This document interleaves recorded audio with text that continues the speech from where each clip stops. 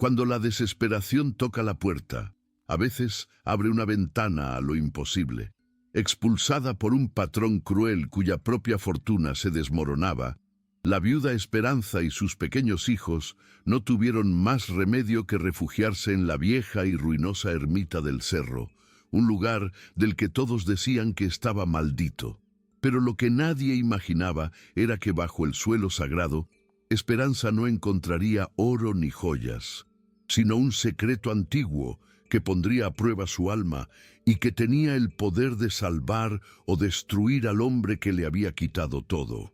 Aunque suene a leyenda, esta es la historia verídica de cómo la fe de una madre desenterró un milagro en el Valle de la Sequía. Si las historias sobre el poder de la esperanza resuenan contigo, suscríbete al canal para que continuemos este viaje juntos. Esperanza era un hombre que había olvidado cómo sentirse. Para ella, la vida se había convertido en una larga sombra desde que su esposo se fue, tragado por un supuesto accidente en las tierras del patrón, don Ramiro. Le dejó 3 pequeños rostros que la miraban con hambre y una deuda que pesaba más que todas las piedras del campo. Cada amanecer en el Valle de la Sequía era una batalla silenciosa contra el polvo que lo cubría todo y contra el recuerdo de una promesa rota. Su corazón, un pájaro asustado en una jaula de costillas, solo latía por ellos, por esos 3 pares de ojos que eran su única razón para no rendirse ante el peso aplastante de la desesperanza. Mientras tanto, en la casa grande, don Ramiro sentía cómo la tierra se moría bajo sus pies. El mismo suelo que había hecho rica a su familia ahora se negaba a dar fruto, volviéndose una costra estéril y gris. Su fortuna se evaporaba como el agua de un pozo seco, y, en su desesperación, su corazón se había endurecido hasta volverse piedra. Buscando a quien culpar por su desgracia, sus ojos avaros se posaron en la viuda. Esperanza y sus hijos no eran más que una carga inútil, un recordatorio viviente de su fracaso. Decidió que la mala suerte tenía un rostro, y era el de ella. Aquella tarde le daría el ultimátum que sellaría su destino. El sol caía a plomo cuando los botines de don Ramiro levantaron una nube de polvo frente a su rancho. No hubo saludo, solo el filo de su voz cortando el aire quieto. Y se acabó el plazo, es Esperanza. Tienes hasta el domingo para saldar la deuda de tu difunto o para largarte de mis tierras. Ya no hay más caridad para nadie, y menos para ti. Sus palabras eran sentencias, martillazos que terminaban de quebrar lo poco que quedaba en pie de su alma. Ella no suplicó. Lo miró con la dignidad de quien ya no tiene nada que perder, apretando las manitos de sus hijos que se escondían tras su falda. El patrón se dio media vuelta sin esperar respuesta, dejándola sola con el eco de una condena y el silencio abrumador del valle. Esa noche, el sueño fue un lujo que no pudo darse. Con los niños dormidos, un impulso la arrastró fuera, hacia el viejo pozo en el lindero norte, el mismo lugar donde le dijeron que su hombre había resbalado. Era una peregrinación al epicentro de su dolor. Mientras sus lágrimas regaban la tierra agrietada, recordó las historias de su esposo sobre las venas de la tierra, susurros sobre un manantial oculto que los antiguos decían que brotaba incluso en la peor sequía. Desesperada, palpó la base de piedra del brocal, buscando consuelo en la última cosa que él pudo haber tocado. Fue entonces cuando sus dedos, arañando la desesperanza, sintieron una roca suelta, una que no pertenecía al resto de la construcción. Con el corazón desbocado, usó toda la fuerza que le quedaba para remover la piedra. Sus uñas se quebraron contra la argamasa seca, pero la roca finalmente cedió, revelando un pequeño hueco oscuro que olía a tierra húmeda, un aroma casi olvidado en el valle. Temblando, metió la mano y sus dedos rozaron algo envuelto en cuero gastado. Era un pequeño diario, la letra de su esposo llenando las páginas amarillentas. Junto a dibujos de engranajes y canales, Encontró un mapa rudimentario que señalaba un punto exacto bajo el pozo, marcado con una frase, «Donde la sed termina». No era oro ni joyas, era el conocimiento de su hombre, el secreto para liberar las venas de la tierra. Era la llave para que el agua volviera a correr. Abrazó el diario contra su pecho, sintiendo el último latido de su esposo en esas páginas. El llanto que brotó ya no era solo de tristeza, sino de una extraña y amarga gratitud. Él no la había abandonado. Le había dejado un legado más poderoso que cualquier fortuna, pero esa esperanza venía envenenada con una elección imposible. El agua, la salvación, yacía bajo las tierras de don Ramiro, el mismo hombre que la quería ver destruida.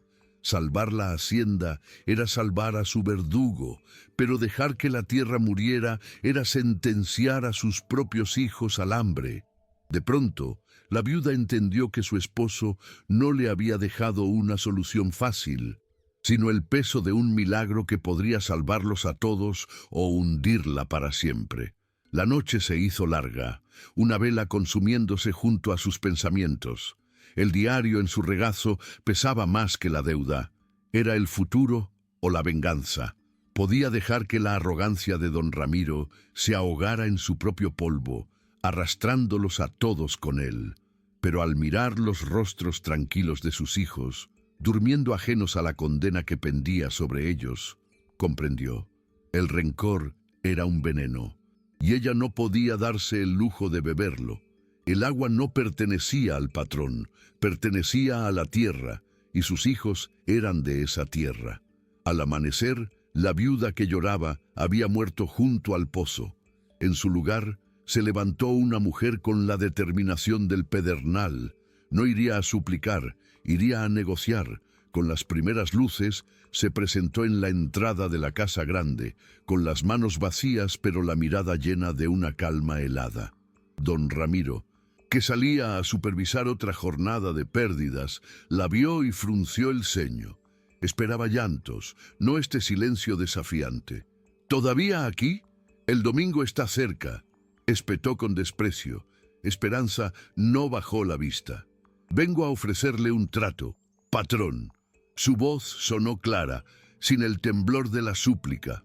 «Yo le doy agua para revivir esta hacienda y usted nos perdona la deuda y nos da un pedazo de tierra con título, lejos del pozo». El hombre soltó una carcajada amarga. «¿Y de dónde sacarás agua tú, miserable?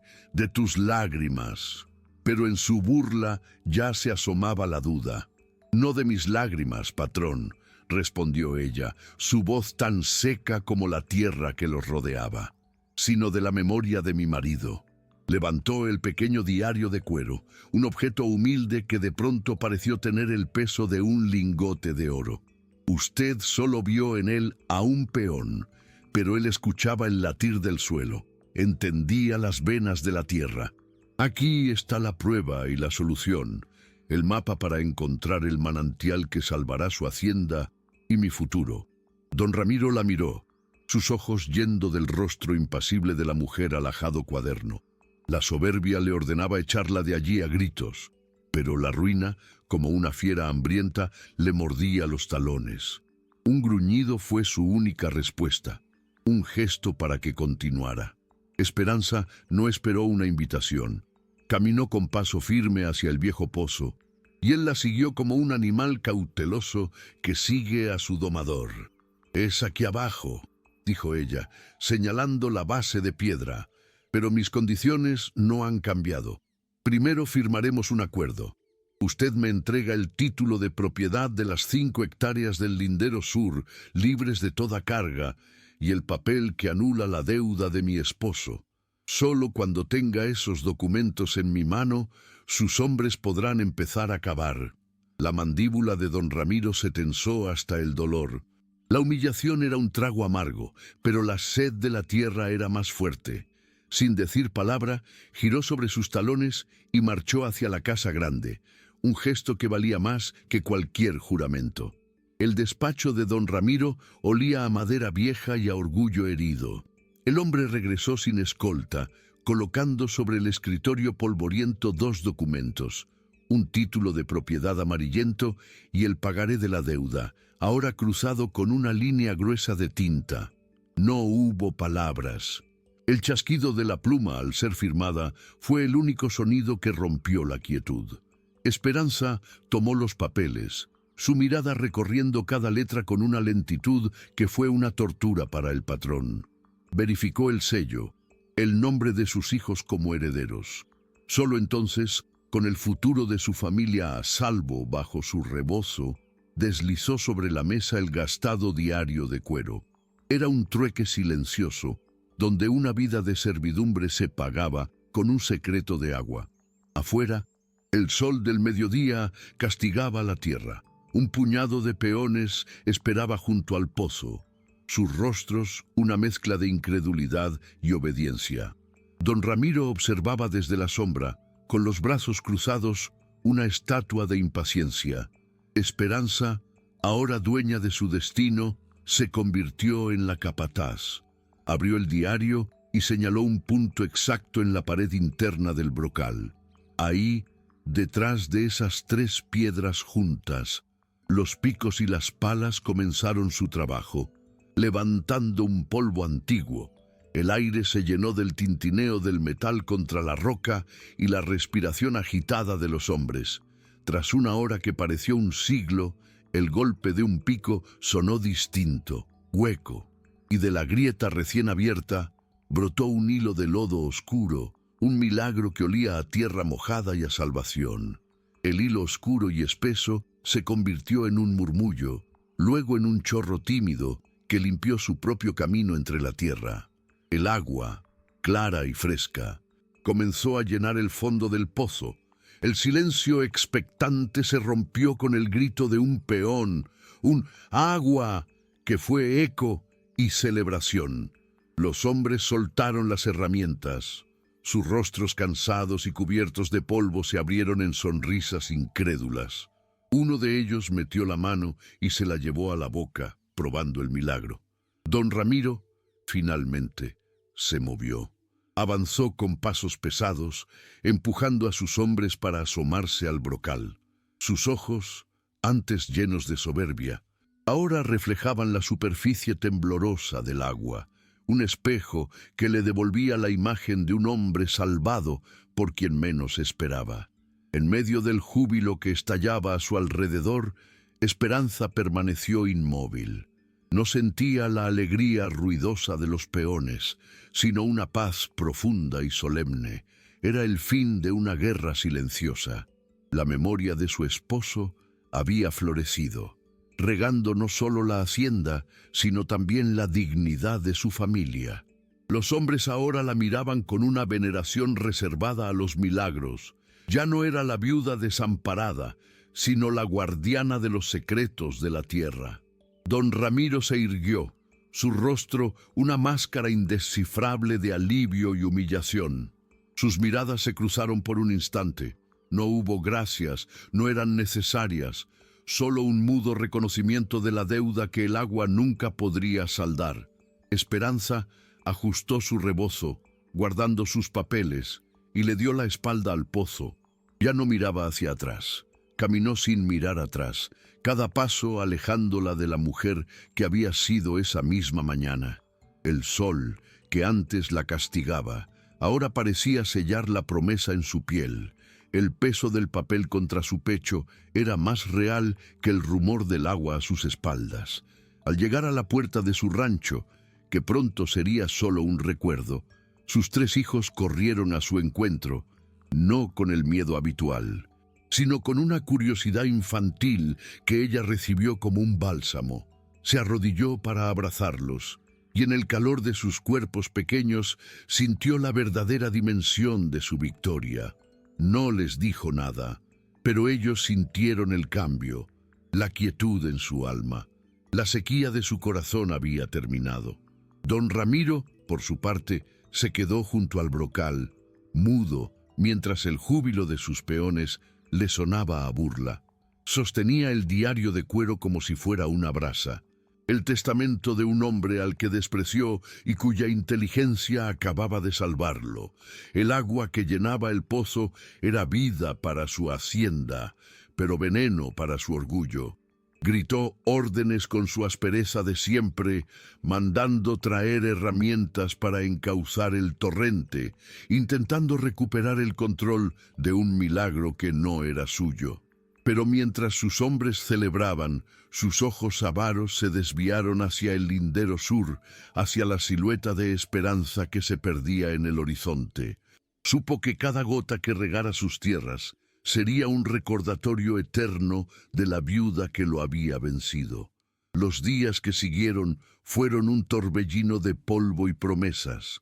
Las 5 hectáreas del lindero sur no eran más que un pedazo del mismo valle reseco, pero para Esperanza eran el mundo entero. Ya no era la tierra del patrón, sino el suelo donde echarían raíces sus hijos. Con la ayuda de unos pocos vecinos, que ahora la miraban con un respeto que rayaba en la devoción, empezó a levantar los cimientos de un nuevo rancho. No era grande, pero cada adobe que colocaba era un ladrillo de su propia libertad, amasado con la tierra por la que tanto había luchado. El agua del pozo no llegaba hasta allí, pero la lluvia, que se presentía ya en el aire húmedo, prometía volver para todos. En la hacienda, el milagro se extendió con la velocidad del agua misma. Los canales, que antes eran cicatrices de polvo, ahora corrían llenos de vida, y un verdor tímido comenzó a brotar sobre la costra gris de la tierra. Don Ramiro supervisaba todo con su dureza habitual, gritando órdenes para que nadie olvidara quién mandaba. Pero en la soledad de su despacho, el diario de cuero permanecía sobre su escritorio, una acusación silenciosa. Lo leía por las noches, intentando descifrar la sabiduría de un hombre que nunca valoró, buscando apropiarse de un conocimiento que no le pertenecía. Cada campo que revivía era un recordatorio de su propia ceguera y de la mujer que, en su miseria, le había dado una lección de poder. Pasaron las semanas y con ellas el nombre de Esperanza se transformó en leyenda. En el valle ya no la llamaban la viuda, sino la guardiana del agua, la mujer que había negociado con la sed y había ganado. Su parcela, aunque modesta, se convirtió en un santuario de tenacidad. Con las manos en la tierra, enseñaba a sus hijos los secretos que su padre había dejado escritos, no solo en el diario, sino en el lenguaje de las piedras y las raíces. Ya no había hambre en sus miradas, sino la luz de un futuro sembrado por ella misma. Otros peones, a veces, se acercaban con un respeto casi religioso, trayéndole un costal de maíz o pidiéndole consejos sobre el tiempo, viéndola como un oráculo de la tierra que don Ramiro solo podía poseer, pero nunca entender. Mientras tanto, en la casa grande, la abundancia era un eco hueco. Don Ramiro había recuperado su riqueza, pero perdido el sueño. Las noches lo encontraban encorvado sobre el diario, tratando de arrancar de sus páginas una sabiduría que le era ajena, una conexión con el mundo que el dinero no podía comprar. Los murmullos de sus hombres lo seguían como sombras. El respeto se había secado junto con la tierra. Desde la ventana de su despacho, la prosperidad de sus campos le parecía un espejismo. La única verdad era la pequeña luz que parpadeaba a lo lejos en la parcela de Esperanza. Un faro diminuto que iluminaba la inmensidad de su propia pobreza, una que ninguna cantidad de agua podría jamás saciar. Llegó la lluvia una tarde de septiembre, sin la furia de las tormentas, sino como una caricia larga y esperada. El cielo, que por años había sido un techo de plomo, se deshizo en un llanto manso que lavó el polvo del mundo. Para los peones fue una bendición que confirmaba el milagro del pozo. Para Esperanza fue el cierre de un ciclo. Sacó a sus hijos al patio y juntos danzaron descalzos sobre el lodo, riendo mientras las gotas les recorrían el rostro. Ya no era el agua controlada por el patrón, sino el regalo del cielo para todos. La tierra agradecida bebía con avidez, y en el olor a petricor, Esperanza sintió que el espíritu de su esposo finalmente descansaba en paz, habiendo cumplido su promesa de ver florecer el valle. Don Ramiro observó el aguacero desde el ventanal de su despacho, no con alivio, sino con una furia sorda. Cada gota que caía libremente sobre el valle era una afrenta, un recordatorio de que existían fuerzas que él no podía comprar ni someter. La lluvia hacía que el secreto del pozo pareciera menos valioso y que la libertad de Esperanza fuera más insultante. Volvió al diario, sus dedos torpes recorriendo los trazos de un genio que no comprendía. Eran garabatos inútiles, el lenguaje de un mundo que le estaba vedado. La prosperidad que lo rodeaba se sentía ajena, usurpada. En su alma, el rencor echó raíces más profundas que las de sus nuevos sembradíos, y una idea oscura comenzó a germinar. Si no podía entender el secreto, quizá podría arrebatárselo. La lluvia no limpió su amargura. Al contrario, la hizo germinar como mala hierba en campo fértil. Cada noche, el diario sobre su escritorio se burlaba de él, un compendio de sabiduría que se le escurría entre los dedos. Su frustración se transformó en una obsesión fría. La viuda no solo había sobrevivido, sino que florecía en su tierra, un recordatorio viviente de su humillación. No bastaba con tener el agua, debía poseer el origen del milagro, y el origen era ella. Decidió que el título de propiedad, firmado con su propia mano, era un error que debía corregirse. Usaría la ley, la misma que siempre había torcido a su favor, para reclamar lo que consideraba suyo por derecho de soberbia. La embestida no tardó en llegar. Una mañana, mientras enseñaba a su hijo mayor a reconocer las nubes que anuncian siembra, el capataz de don Ramiro se plantó al borde de su parcela. El hombre no la miró a los ojos. Su mensaje fue un golpe sordo y memorizado. El patrón dice que se equivocaron en el juzgado, que este pedazo de tierra nunca debió separarse de la hacienda y que el título es nulo. Tienen una semana para desalojar. Esperanza no tembló, se limpió el barro de las manos en su delantal y miró más allá del peón, hacia la casa grande que se recortaba en la distancia. Comprendió que el agua solo había sido el principio. La verdadera guerra no era por la sed, sino por el alma. La noticia no la quebró, la templó como el acero en la fragua. Esa tarde no fue a la casa grande a gritar su verdad, pues sabía que la voz de una viuda se pierde en los oídos de un hombre poderoso. Hizo algo más sutil y poderoso. Con sus hijos de la mano y los papeles guardados en el pecho, visitó a los compadres, a las comadres, a los viejos del valle. No pidió ayuda ni clamó por justicia. Simplemente, con una calma desoladora, contaba su historia, mostraba el título firmado y luego la orden de desalojo. No sembraba rebelión, sembraba la verdad, y dejó que la injusticia, como una semilla amarga, encontrara tierra fértil en la conciencia de los demás. El rumor corrió por los surcos más rápido que el agua del manantial. Los hombres, que antes celebraban el milagro, ahora trabajaban con una lentitud cargada de resentimiento. El agua que bebían tenía de pronto un sabor amargo, el sabor de una palabra rota. Don Ramiro sintió el cambio no en un desafío abierto, sino en el silencio que lo rodeaba. Sus órdenes se acataban, pero sin el alma de antes. El respeto que el dinero no podía comprar y que el agua le había dado prestado, se evaporaba. Creía haberle quitado la tierra a una mujer sola, pero se dio cuenta de que le había declarado la guerra a la memoria de un hombre justo y al alma del valle entero. La desidia se instaló en la hacienda como una plaga silenciosa. El trabajo, que antes se hacía con el ímpetu de la esperanza recuperada, ahora se arrastraba con una lentitud cargada de reproche. Las herramientas se rompían con una frecuencia sospechosa.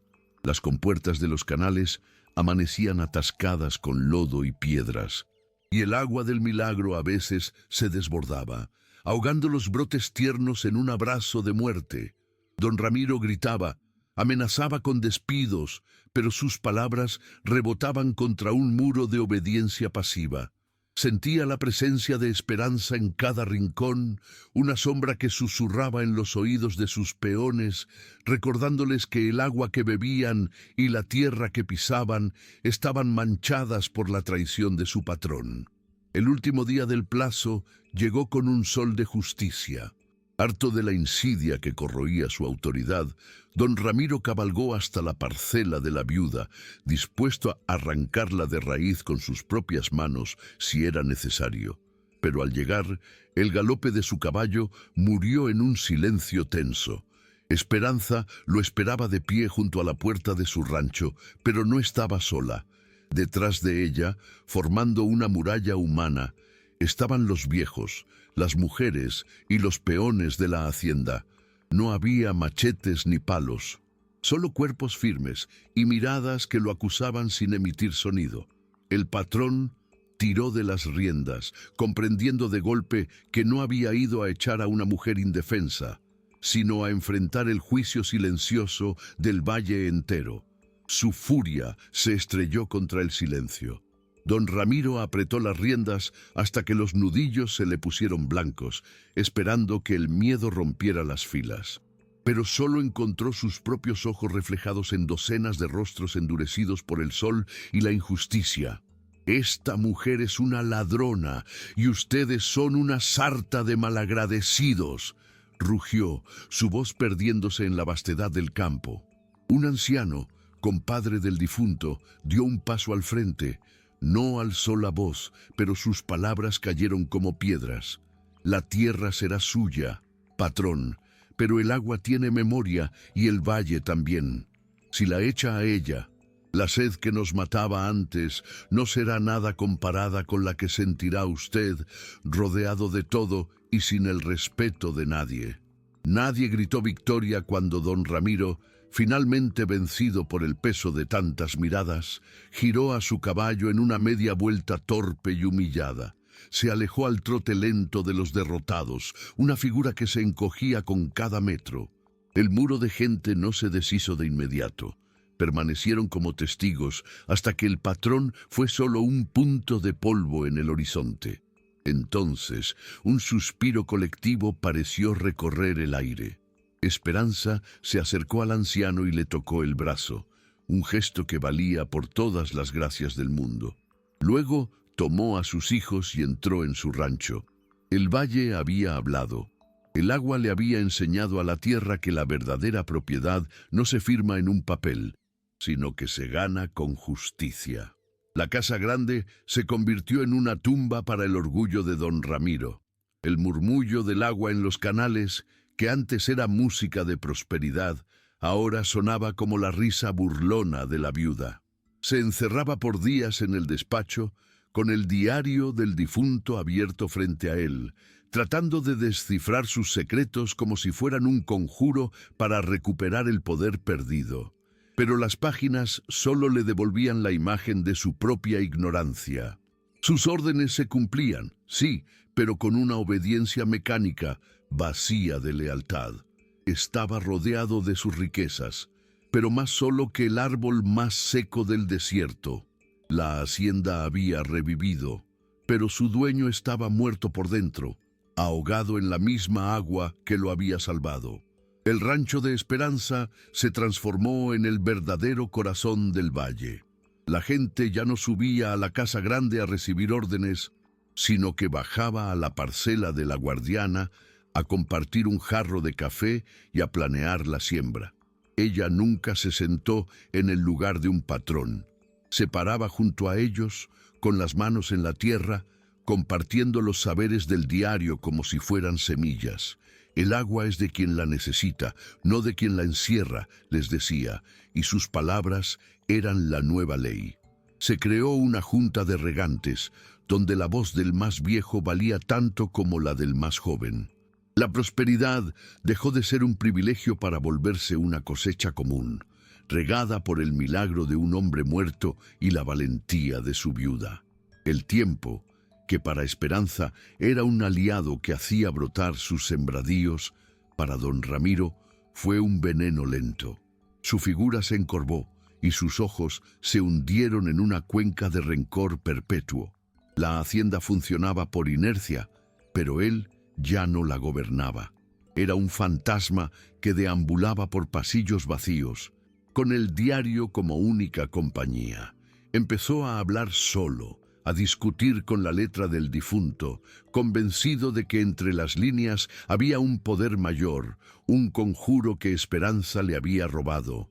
Una tarde, el sonido de las risas de los hijos de la viuda, llevado por el viento hasta su ventana, fue la gota que colmó su sequía de poder.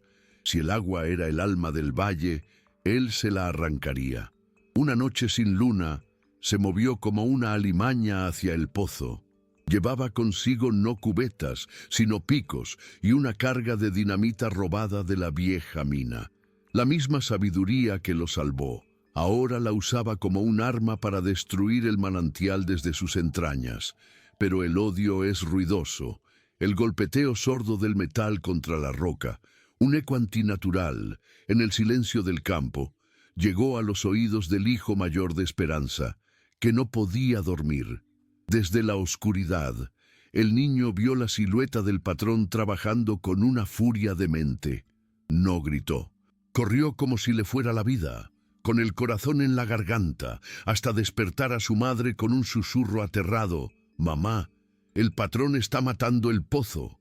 El susurro de su hijo fue una daga de hielo en el pecho de Esperanza.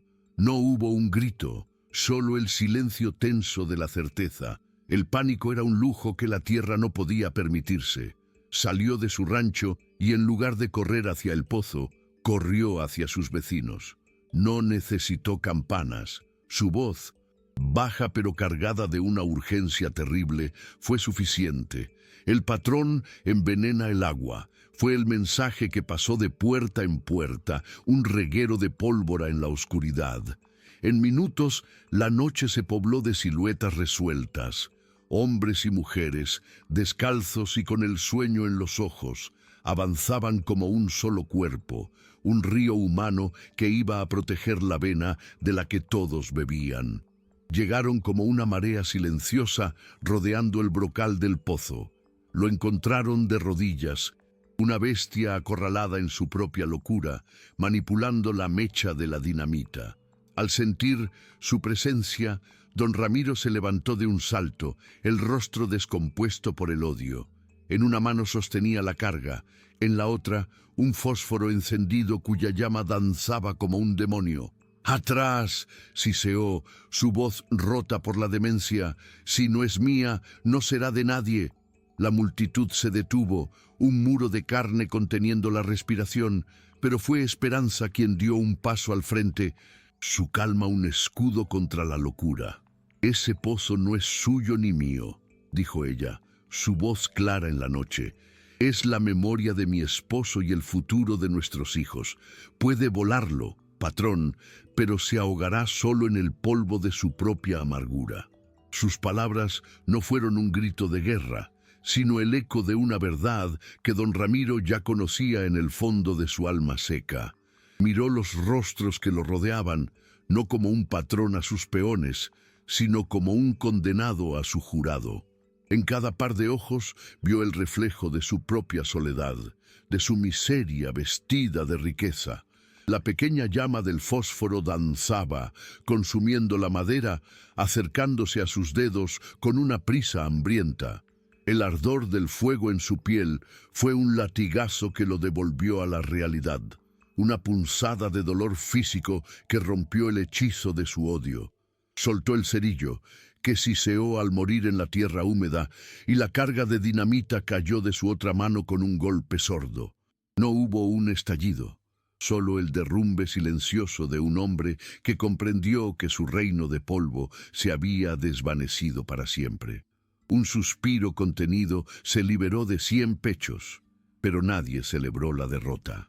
El patrón, con los hombros hundidos y la mirada vacía, se dio la vuelta sin decir nada. Caminó de regreso a la casa grande, no como un hacendado, sino como un espectro que regresa a su tumba, dejando tras de sí el olor a azufre y a orgullo quemado. El viejo compadre recogió la dinamita con el cuidado de quien desactiva una vieja maldición. Esperanza no lo vio irse. Sus ojos estaban fijos en el pozo, en el agua que murmuraba en la oscuridad, prometiendo un nuevo día. Luego, rodeó con sus brazos a sus hijos, sintiendo el latir de sus corazones contra el suyo. El valle había sobrevivido a la última tormenta. Con las primeras luces del alba, el agua no solo reflejaba el cielo, sino el rostro de un pueblo que había aprendido a ser dueño de su propio milagro. El amanecer no trajo consigo el aroma del azufre, sino el de la tierra mojada y la libertad. En la casa grande, las puertas permanecieron cerradas. Don Ramiro no volvió a pisar sus campos. Se convirtió en un rumor, una sombra tras los cristales empolvados de su despacho. La hacienda, sin embargo, no se detuvo, floreció con un vigor renovado, gobernada por la junta que Esperanza había inspirado. El diario de cuero era su única compañía, sus páginas un laberinto donde su orgullo se perdía una y otra vez. Ya no buscaba un secreto para dominar, sino que intentaba entender cómo la simple decencia de un peón muerto había resultado ser un poder más inmenso que toda su fortuna. Un tesoro que él vio, pero nunca pudo poseer. Mientras la casa grande se hundía en el silencio, el pequeño rancho de Esperanza se convirtió en una escuela a cielo abierto. Ella no guardó el diario como un tesoro personal. Lo leía en voz alta a sus hijos y a los hijos de sus vecinos, traduciendo los dibujos de engranajes y canales en lecciones sobre el respeto a la tierra. El pozo dejó de ser solo un pozo para volverse un monumento a la memoria, donde a veces aparecían flores silvestres dejadas por manos anónimas. El nombre de Esperanza, que alguna vez fue una cruel ironía, ahora era el nombre del valle mismo. La viuda no solo había encontrado agua, había enseñado a su gente a sembrar el futuro y a cosechar la dignidad. Los años pasaron como el agua por los canales, lentos pero constantes. La casa grande, antes un símbolo de poder, se fue encogiendo sobre sí misma, cubierta de enredaderas y silencio. Don Ramiro se desvaneció tras sus muros, una leyenda de amargura que los niños contaban en susurros. Un día, el viejo capataz, movido por una lealtad ya descolorida, forzó la puerta. Lo halló en el despacho, una figura de polvo sentada frente a la ventana que daba a la parcela de Esperanza. Sobre la mesa, el diario de cuero yacía abierto en la página del mapa. Su mano, ya un hueso frío, aún señalaba el punto donde la sed terminaba, como si hasta el final hubiera intentado descifrar el idioma que solo el corazón puede entender. Lejos de esa tumba de lujos, la vida florecía con la terquedad de la buena siembra. Esperanza, ya con hebras de plata en su trenza, se convirtió en la memoria viva del valle. Se la veía a menudo junto al pozo, ahora rodeado por un jardín comunal, contando a sus nietos la historia de su abuelo. No hablaba de un patrón derrotado, sino de un hombre que supo escuchar a la tierra y de un pueblo que aprendió a regarse con justicia. El pequeño diario de cuero pasaba de unas manos pequeñas a otras, no como un mapa hacia el agua, sino como la brújula que les enseñaba que la verdadera riqueza no brota del suelo, sino de la dignidad con que se trabaja y se comparte. La noticia de la muerte de don Ramiro recorrió el valle no como un vendaval, sino como una brisa cansada que al fin se detiene. No hubo fiestas ni rencores, solo un profundo silencio que sellaba el fin de una era. La junta de regantes, con Esperanza como consejera silenciosa, se reunió para decidir el destino de la casa grande. Por consenso, decidieron que los muros que antes guardaron el egoísmo, ahora albergarían el saber y el sustento. La imponente construcción se convirtió en escuela para los niños y en granero comunitario, donde el maíz de todos esperaba el invierno. Así, el símbolo de la opresión se transformó en cuna de la autosuficiencia, y la tierra del patrón ya sin dueño que la reclamara, pasó a ser cultivada por las manos que él tanto despreció, y el valle, regado por la memoria, prosperó más allá de los sueños del difunto. Mateo, el nieto mayor de Esperanza, ya no veía en el diario de su bisabuelo solo un mapa, sino un libro de ciencia.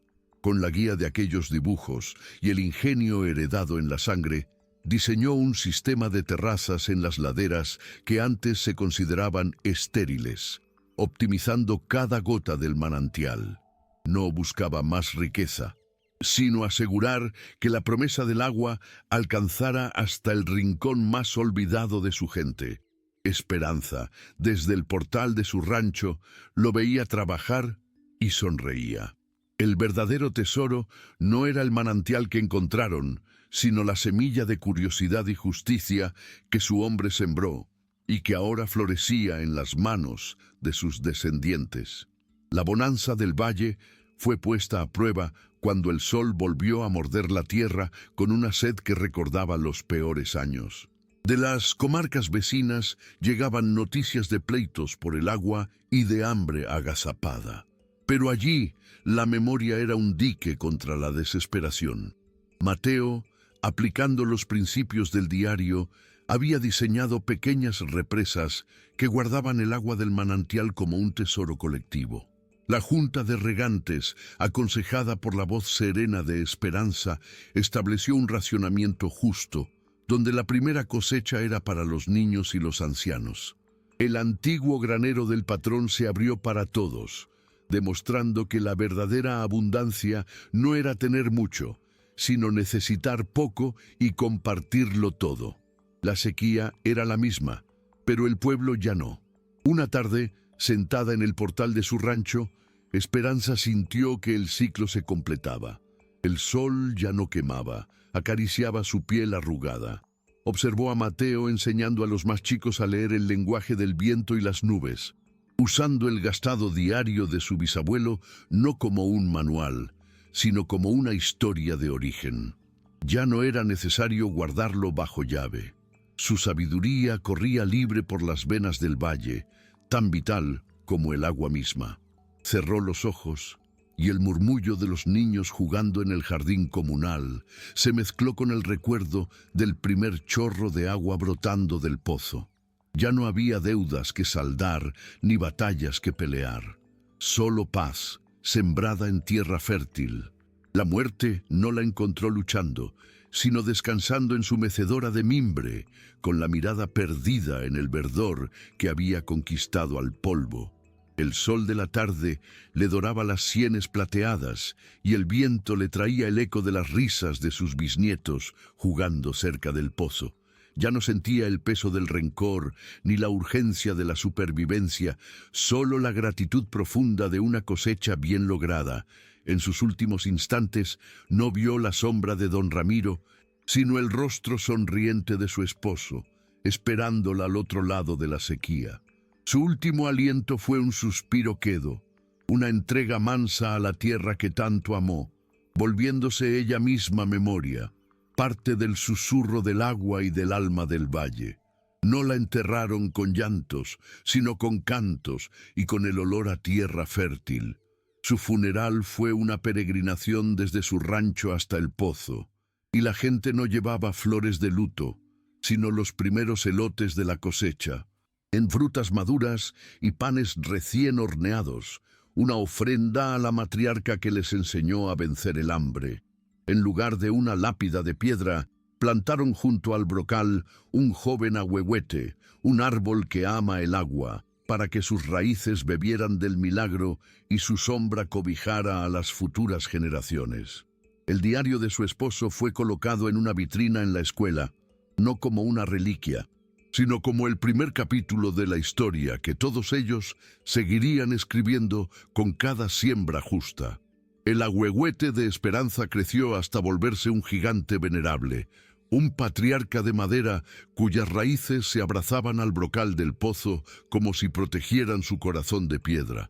Bajo su sombra, que era ya más amplia que la de la vieja casa grande, los nietos de los nietos aprendían la historia del valle. Mateo, Ahora un anciano de ojos lúcidos se sentaba allí cada atardecer con el diario original en su regazo y contaba la leyenda. Ya no era un simple recuento de hechos, sino una parábola sobre el agua y la memoria. Les enseñaba que la verdadera sequía es la del alma y que el rencor es un veneno que esteriliza la tierra. El árbol no era solo un árbol, era el pilar que sostenía el alma del pueblo. La fama del Valle de la Memoria, como empezaron a llamarlo, cruzó las serranías. En tiempos de secas brutales, cuando otros pueblos se peleaban por un hilo de agua turbia, de aquí seguía brotando la vida. Llegaban comitivas de otras comarcas, hombres y mujeres, de rostros curtidos por el mismo sol que una vez castigó a Esperanza, buscando no un milagro, sino una lección. No se les entregaba un mapa, sino una copia del diario y el testimonio de su historia. Se les enseñaba a escuchar la tierra, a construir la confianza antes que los canales y a entender que un pozo solo es verdaderamente inagotable cuando su agua pertenece a todas las bocas. El legado ya no era un secreto, sino una semilla que volaba con el viento. Un día llegó una joven de la ciudad, con mapas topográficos y aparatos para medir el caudal. Buscaba la explicación científica del manantial inagotable, el fenómeno geológico del Valle de la Memoria. Mateo Chino Sienos de no intento, ya encorvado por el tiempo pero con la mente afilada, la recibió bajo el ahuehuete. No le mostró los engranajes del diario, sino las manos callosas de los campesinos que limpiaban los canales juntos. Le habló no de acuíferos, sino de confianza. La joven guardó sus instrumentos y pasó semanas escuchando. Comprendió que el secreto no estaba bajo tierra, sino en la superficie, en la red invisible de reciprocidad y respeto que unía a cada familia, haciendo que cada gota de agua valiera tanto como la palabra dada. Al morir Mateo, el último que conoció a Esperanza, la comunidad tomó una decisión. El diario no sería guardado bajo un cristal para ser venerado, sino devuelto a su origen. En una ceremonia solemne lo colocaron en una caja de cedro y lo enterraron entre las raíces del gran ahuehuete junto al pozo. Ya no necesitaban el mapa físico, el mapa estaba tallado en su cultura, en su forma de repartir la cosecha y de cuidar a sus ancianos. El valle ya no solo recordaba a la viuda y a su hombre, se había convertido en ellos. El agua seguía brotando, no por un truco geológico, sino porque cada generación aprendía a regar primero el alma de la comunidad. El eco de la leyenda, sin embargo, atrajo una nueva clase de sed. Desembarcaron un día con el estruendo de los motores y el brillo de los papeles sellados. Hombres de traje que hablaban un idioma ajeno, el de los dividendos y los recursos hídricos. Ofrecían progreso, una embotelladora que daría empleo y una prosperidad que se medía en billetes, no en cosechas compartidas. Llamaban al manantial un activo subutilizado y a la memoria de Esperanza un relato folclórico. No vinieron a robar el agua con dinamita, sino a comprarla con promesas que sonaban a cadenas de oro. Para el Consejo del Valle, su propuesta fue una sequía de otro tipo, una que no amenazaba con secar la tierra, sino el propósito que la regaba.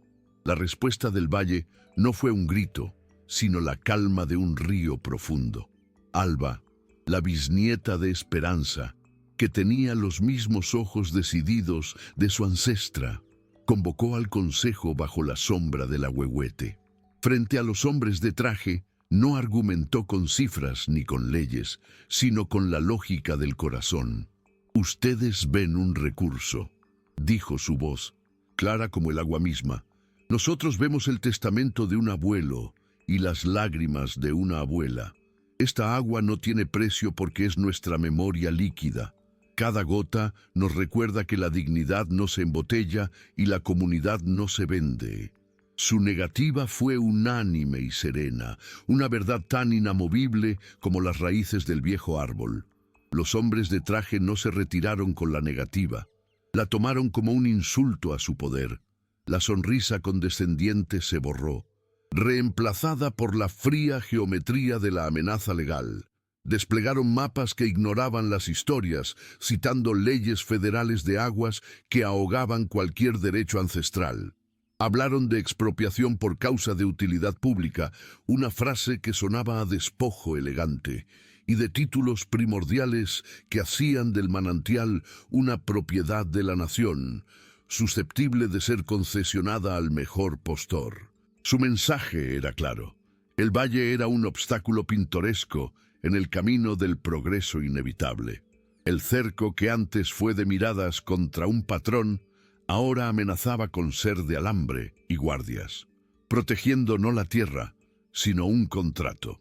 Frente al cerco de papeles, el valle levantó un muro de historias. Alba y el Consejo comprendieron que su lucha no se ganaría en los tribunales de los hombres de traje, sino en el tribunal de la conciencia pública.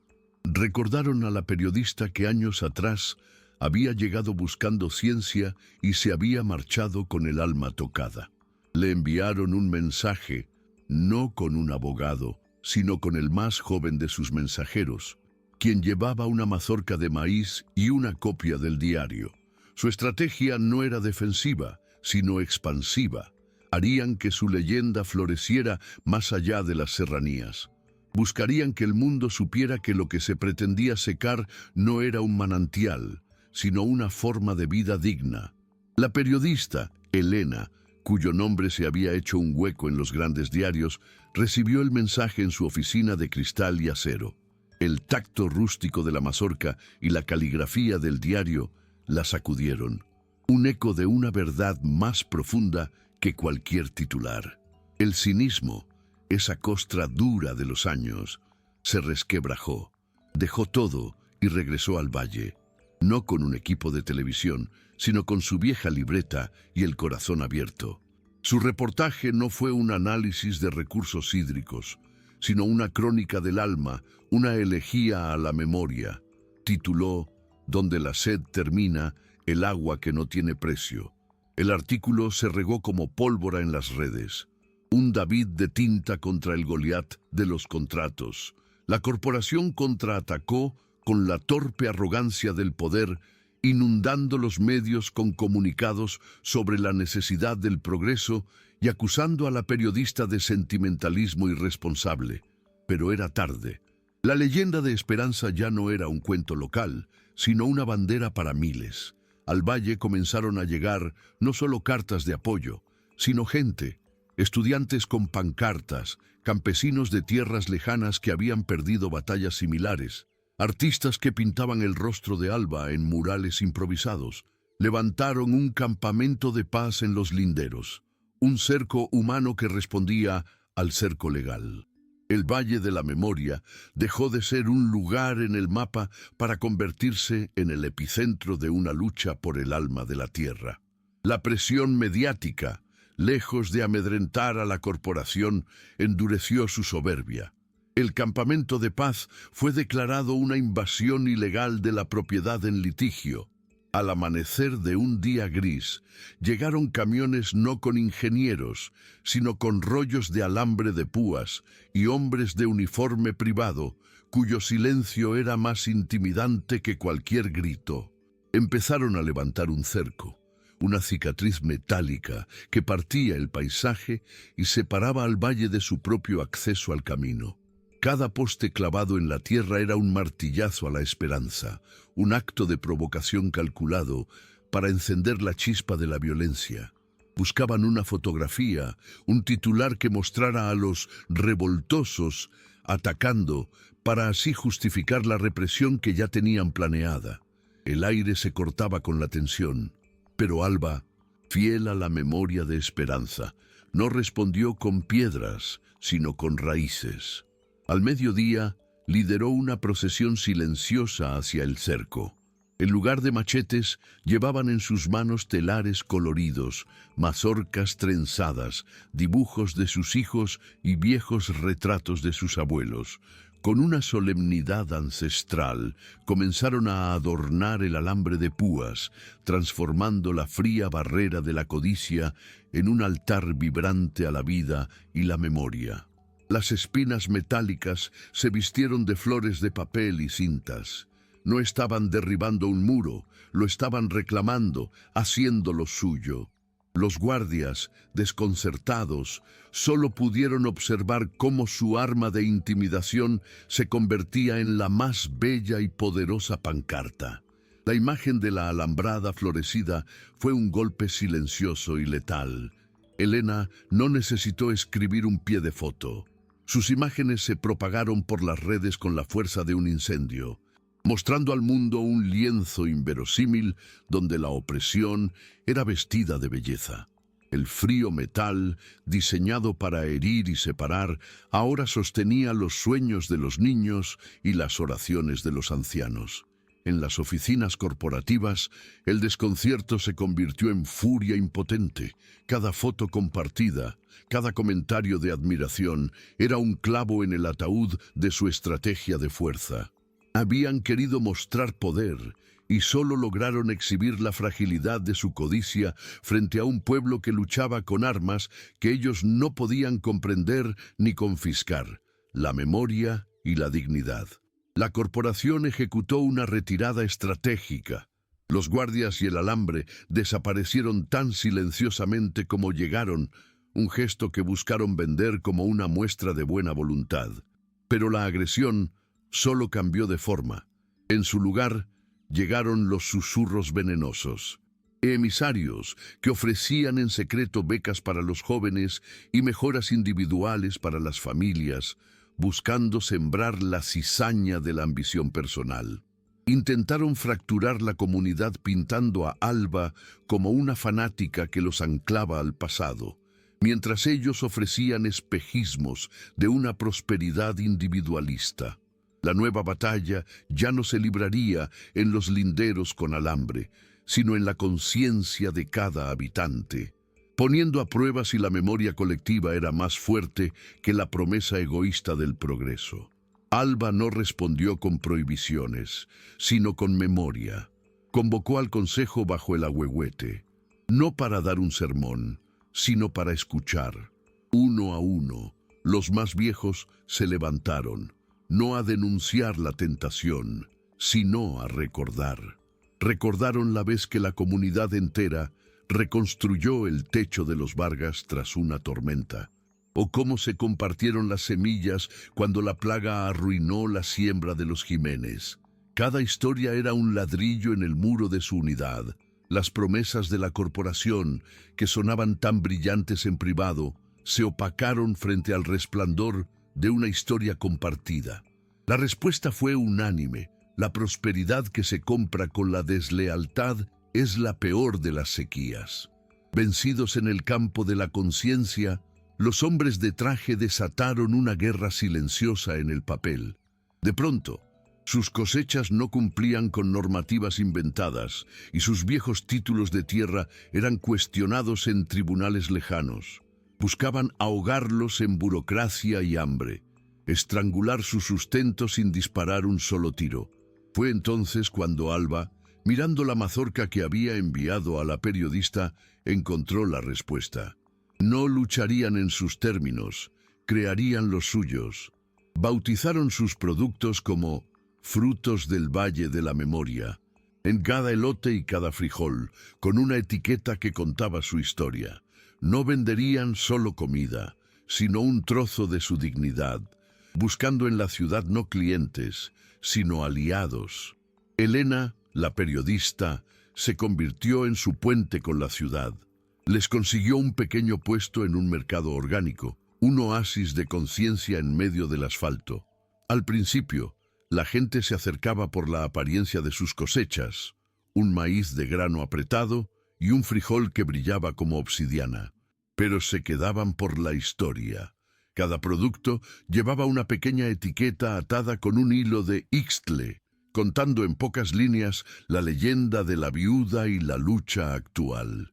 Alba y los jóvenes del valle no vendían, compartían su verdad.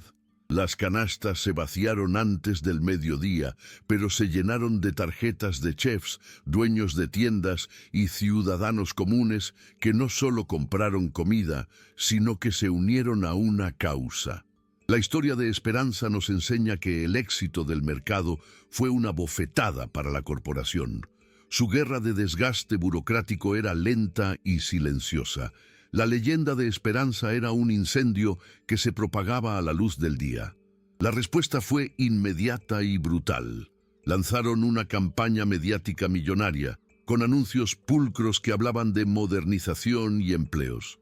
En entrevistas pagadas, expertos calificaban la historia del Valle como un relato populista y una estrategia de marketing para idealizar el atraso. Ya no buscaban ahogarlos en silencio, sino desacreditarlos con ruido, tratando de convencer al mundo de que el sabor a dignidad que la gente encontraba en sus frutos no era más que el aderezo de una mentira bien contada. Si este mensaje tocó tu corazón, suscríbete y comparte para que más personas descubran el verdadero valor de la esperanza.